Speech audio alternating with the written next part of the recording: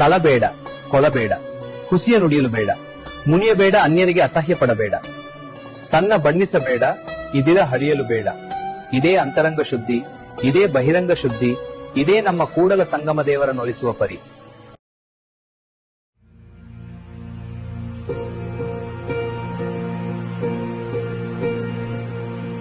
Kudala Sangama Deva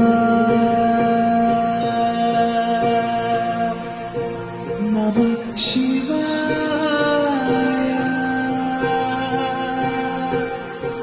Kudala Sangama Deva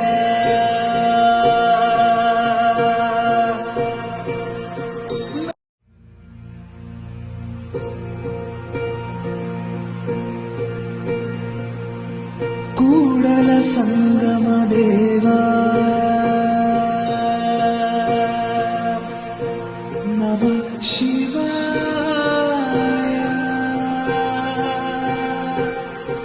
Kudala Sangama Deva